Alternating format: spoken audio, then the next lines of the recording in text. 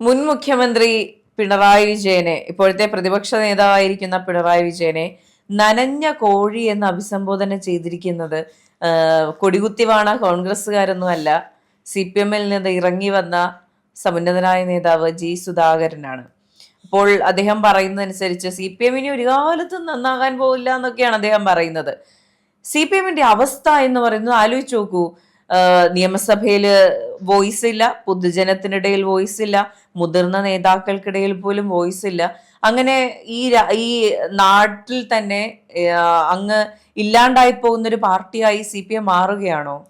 അങ്ങനെയൊന്നുമല്ല. പക്ഷെ അതിനപ്പുറത്തേക്ക് നമ്മൾ ശ്രദ്ധിക്കേണ്ട ചില കാര്യങ്ങളുണ്ട്. ഇപ്പോൾ CPM ഒറ്റയടിക്ക് ഇല്ലാതാകും, അല്ലെങ്കിൽ CPM കേരളത്തിൽ അപ്രസക്തമായ ഒരു പാർട്ടിയാണ് എന്നൊന്നും ഞാൻ പറയുന്നില്ല.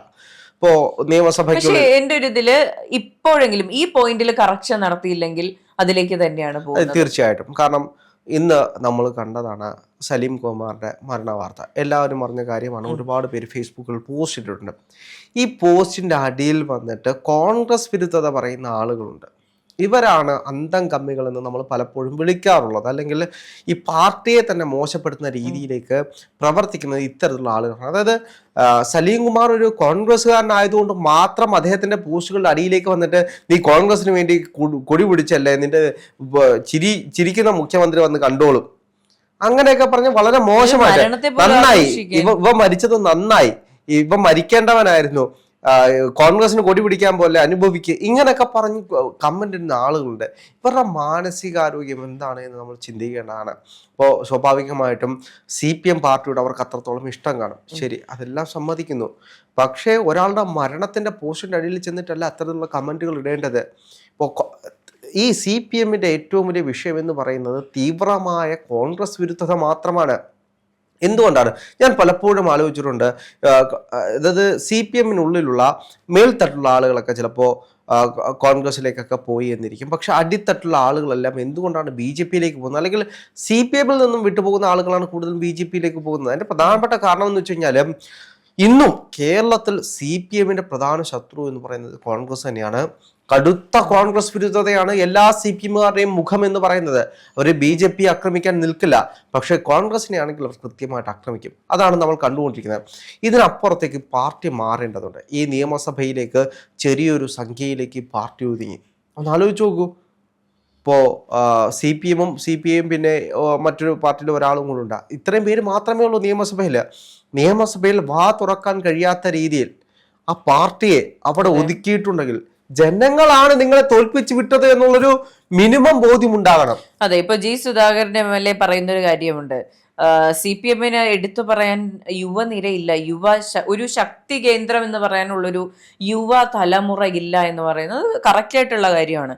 ഒരു സമയത്ത് നമ്മൾ വേണമെങ്കിൽ സോഷ്യൽ മീഡിയയിലൊക്കെ നോക്കുമ്പോൾ ഇങ്ങനെ ഖണ്ഡകാവ്യം എഴുതിയിട്ടുണ്ടാവും. അതിന്റെ ഏറ്റവും അടിയിലുള്ള വരി 1000 ഷാഫിക്ക് അര സ്വരാജ് എന്നൊക്കെ പറഞ്ഞിട്ട് ടാഗ് ലൈൻസ് ഒക്കെ വരുമായിരുന്നു. പക്ഷെ സ്വരാജ് എവിടെ ഇരിക്കുന്നു, ഷാഫി പറമ്പിൽ എവിടെ ഇരിക്കുന്നു? ഇവരെല്ലാം പൊതുജനത്തിനോട് കൊടുക്കുന്ന ഒരു ഇന്ററാക്ഷൻ പോയിന്റ് ഉണ്ടല്ലോ, അതിലെ ഡിഫറൻസ് തന്നെയാണ് ഈ പറഞ്ഞ വ്യത്യാസങ്ങൾക്കെല്ലാം കാരണം. ഇപ്പൊ CPM-ലെ യുവതലമുറയിലെ നേതാക്കളെല്ലാം അപ്പൊ നമ്മൾ ഇന്ററാക്ട് ചെയ്യുകയാണെങ്കിലും വെറുതെ സംസാരിച്ചാലും ഒന്ന് ഫോൺ വിളിച്ചാലും അവർക്ക് നമ്മളോടുള്ള അപ്രോച്ച് എന്ന് പറയുന്നത് വളരെ ഡിഫറെന്റ് ആണ്. അപ്പോൾ ഈ പറഞ്ഞ പൊതുജനങ്ങളോടും മുഖത്ത് നോക്കി സംസാരിക്കാൻ, ഒന്ന് ചിരിച്ചുകൊണ്ട് സംസാരിക്കാൻ, ഇപ്പൊ എന്തുകൊണ്ടാണ് മുഖ്യമന്ത്രി VD സതീശൻ ചിരിക്കുന്നല്ലോ എന്ന് മാധ്യമങ്ങൾ ആഘോഷിക്കുന്നത്, സോഷ്യൽ മീഡിയ ആഘോഷിക്കുന്നത്? കാരണം കഴിഞ്ഞ 10 വർഷങ്ങൾ ചിരിക്കാത്ത, ഈ ഒരു ഇന്ററാക്ഷൻ കിട്ടാത്ത കുറെ മനുഷ്യരെ കണ്ടതുകൊണ്ടാണ് ഇത് എന്തോ അസാധാരണമായ ഒരു കാര്യമാണെന്ന് ജനങ്ങൾക്ക് തോന്നുന്നത്. ഇനി അതിനെ ട്രോളിയിട്ട കാര്യമൊന്നുമില്ല, നിങ്ങൾ തന്നെയാണ് ഈ അവസ്ഥയിലേക്ക് എത്തിച്ചത് എന്ന് നമുക്ക് പറയേണ്ടി വരും. ശേഷി അവർ കൂടെ വേണ്ടേ? ചിരിക്കാനുള്ള ശേഷിയില് ചിന്തിക്കാനുള്ള ശേഷി കമന്റുകളിൽ വന്നിട്ട് അവർ തന്നെയാണ് നിങ്ങൾക്ക് ചിരിക്കുന്ന മുഖ്യമന്ത്രിയെ കിട്ടിയില്ലേ എന്ന്. പക്ഷെ അവർ ഓർക്കുന്നില്ല എന്തുകൊണ്ടാണ് അത് പറയുന്നത്, ആ സന്ദർഭം ഉണ്ടായതെന്ന്. ഇവരുടെ എല്ലാം വിചാരം ഇവർ ബുദ്ധിജീവികളാണ്, അവർ സംസാരിക്കേണ്ടത് താത്വികമായി അവലോകനം ചെയ്തിട്ടുള്ള മറ്റേ ഭാഷയിലാണ് സംസാരിക്കേണ്ടത് എന്നുള്ള ഒരു സ്റ്റിഗ്മറ്റൈസ്ഡ് തോട്ടിൽ നിന്നാണ് ഇതൊക്കെ വരുന്നത്. അപ്പോൾ സാധാരണ മനുഷ്യർ സാധാരണക്കാരുടെ ഇടയിലേക്ക് ഇറങ്ങി, ഇപ്പോഴുള്ള MLA-മാർ ഇറങ്ങി ചെല്ലുമ്പോൾ അതെന്തോ അസ്വാഭാവികമാണെന്നും ഇതെന്തോ അഭിനയമാണെന്നും പറയേണ്ട സാഹചര്യം വരും. ഇതാരാണ് പറയുന്നത്? നിങ്ങളുടെ പാർട്ടിയിലുണ്ടായിരുന്ന, നിങ്ങളുടെ മുൻ നേതാവായിരുന്ന ജി സുധാകരൻ തന്നെയാണ് ഈ പറയുന്നത്. അദ്ദേഹത്തിന് നിങ്ങളുടെ പാർട്ടിയോടുള്ള സ്നേഹക്കുറവ് കൊണ്ടല്ല, എങ്ങനെയാണോ ഈ പാർട്ടിയെ നിങ്ങൾ എല്ലാവരും കൂടി അധപതിച്ച നിലയിലേക്ക് എത്തിച്ചത്, ആ സാഹചര്യത്തെ നിങ്ങൾ കൊണ്ടുപോയ വഴിയുമാണ് അദ്ദേഹം വിമർശിക്കുന്നത്. അദ്ദേഹം പറയുന്നുണ്ട് ഇനിയും ഇതിന് ഇങ്ങനെയാണ് പോകാൻ ഉദ്ദേശിക്കുന്നതെങ്കിൽ പാർട്ടിയുടെ അവസ്ഥ എന്ന് പറയുന്നത് വളരെ പരിതാപകരമായിരിക്കുമെന്ന്. അല്ല, ജി സുധാകരൻ മാത്രമല്ല, ഇവരുടെ പാർട്ടിയിൽ നിന്നും മുന്നുണ്ടായിരുന്ന തളിപ്പറമ്പിലെ MLA, അദ്ദേഹം നിയമസഭയിൽ നടത്തിയൊരു പ്രസംഗമുണ്ട്, നമ്മൾ കേട്ടിരുന്നു പോകും. എന്തുകൊണ്ടാണ് ഇവരൊക്കെ പറയുന്നത് നമ്മൾ കേൾക്കുന്നത്? അത് ഈ പാർട്ടി ഈ രീതിയിൽ അവരെ കൊണ്ടെത്തിച്ചതാണ്. ഇപ്പോൾ ജി സുധാകരൻ ഒരിക്കലും ഈ പാർട്ടി വിട്ട് പോകുന്ന ഒരാളായിരുന്നില്ല. അത്രയ്ക്ക് ക്രെഡിബിൾ ആയിട്ടുള്ള ഒരു കമ്മ്യൂണിസ്റ്റ് എന്ന് ഉറച്ച, ഏത് രാത്രിയിൽ തട്ടി വിളിച്ചാലും ഞാനൊരു കമ്മ്യൂണിസ്റ്റുകാരനാണ് എന്ന് ഉറക്കെ പറയുന്ന ഒരാളായിരുന്നു ജി സുധാകരൻ. അദ്ദേഹം എന്തുകൊണ്ട് ആ പാർട്ടി വിട്ട് ഇന്ന് സ്വതന്ത്രനായിട്ട് മത്സരിച്ചു എന്ന് പറയണം. കഴിഞ്ഞ ദിവസങ്ങളിൽ അദ്ദേഹത്തിനെ കളിയാക്കിക്കൊണ്ട്, അതായത് മാധ്യമങ്ങളെല്ലാം പലപ്പോഴും പറയുന്ന കാര്യങ്ങളെ വളച്ചൊടിക്കുകയാണ് ചെയ്യുന്നത്. നിയമസഭയിൽ തന്നെ അദ്ദേഹം പറഞ്ഞു, നിങ്ങൾ ചിരിക്കണ്ട, ഞാനൊരു സ്വതന്ത്ര കമ്മ്യൂണിസ്റ്റ് ആണ്, ഞാൻ പറയുന്ന ആ രീതിയിൽ അത് പറയുമ്പോൾ നിങ്ങൾ ആരും ചിരിക്കണ്ട എന്ന് നിയമസഭയിൽ ജി സുധാകരൻ. ഇതാണ് മാധ്യമങ്ങൾ കൊടുത്തത്. അദ്ദേഹം ആ ഒരു സമ്മേളനത്തിൽ ആ വരികൾ നമ്മൾ കേട്ട് കഴിഞ്ഞാൽ ആ CPM കളിയാക്കിയതാണ്. കളിയാക്കൽ കേട്ട് കോൺഗ്രസ് ചിരിച്ചതാണ്.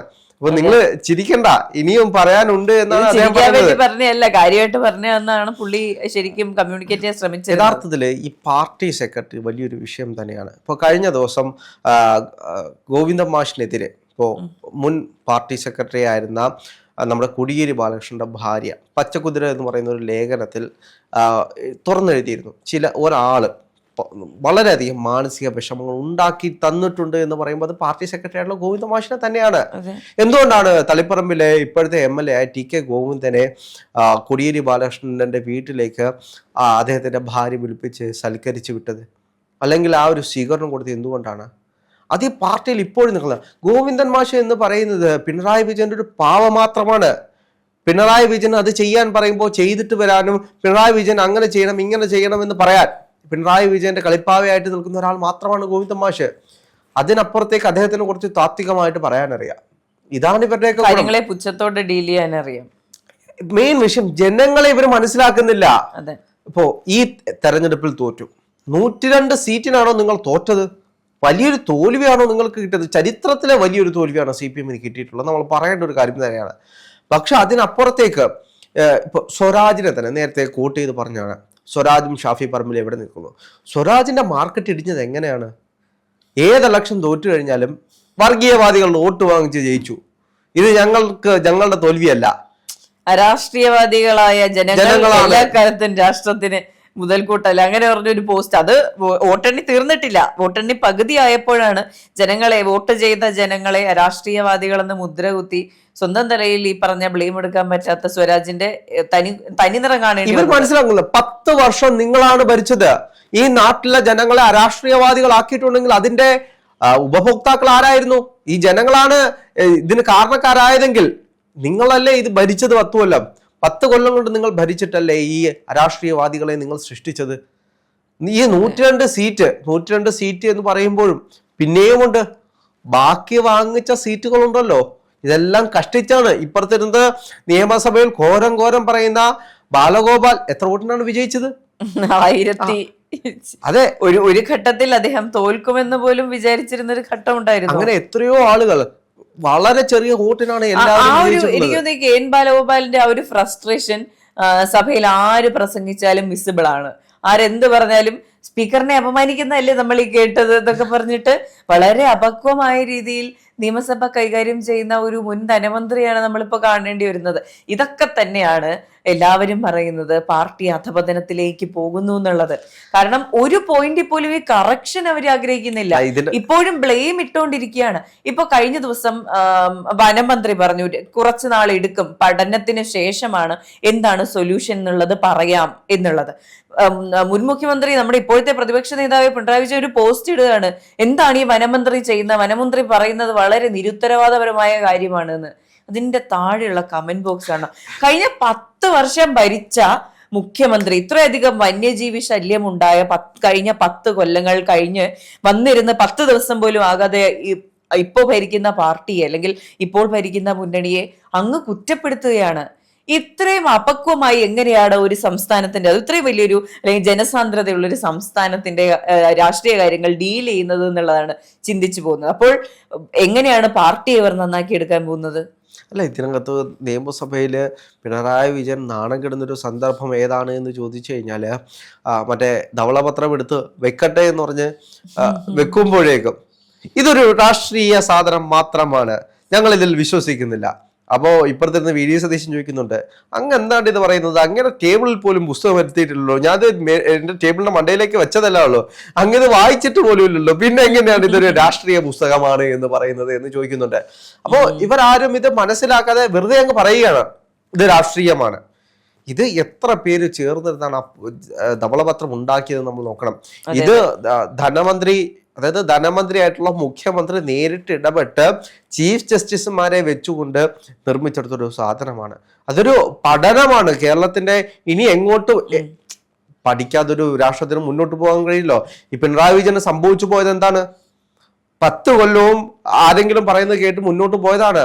പഠിക്കാൻ തയ്യാറായില്ല. അപ്പോൾ ജനങ്ങളെ പഠിക്കണം. ഇനി പ്രതിപക്ഷം ചെയ്യേണ്ടത് ആദ്യം ജനങ്ങളെ പഠിക്കണം. ജനങ്ങളുടെ മാനസിക സ്ഥിതി എന്താണ് എന്ന് ഇവർ പഠിക്കേണ്ടതുണ്ട്. എന്നാൽ മാത്രമേ ഇവർക്ക് ഇനി മുന്നോട്ട് പോകാൻ കഴിയൂ.